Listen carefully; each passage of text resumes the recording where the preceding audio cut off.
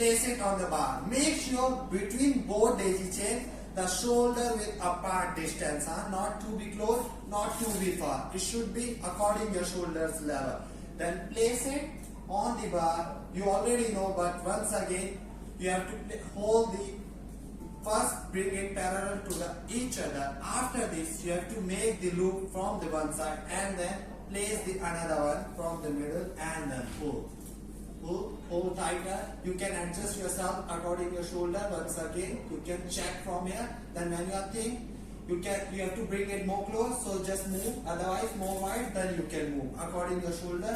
Otherwise, if your distance is good, again wrap, then pull, make it tight.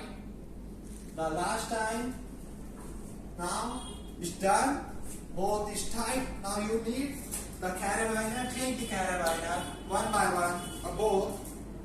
Open the carabiner and then place it on the daisy chain. Now after this you have to lock your carabiner.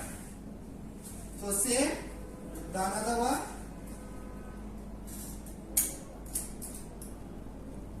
Now it's tight and it's ready to practice for the any asana. And from here, make sure when you are hanging your hammock, it should be close to the navel center or little bit close to the pelvic.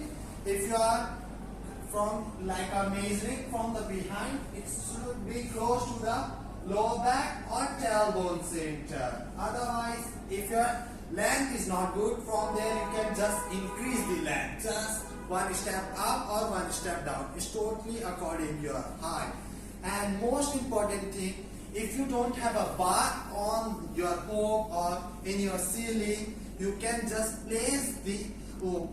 Take the hook or you can screw on the ceiling and make sure your ceiling should be the concrete one, not POP one. Otherwise, your ceiling can't handle that way.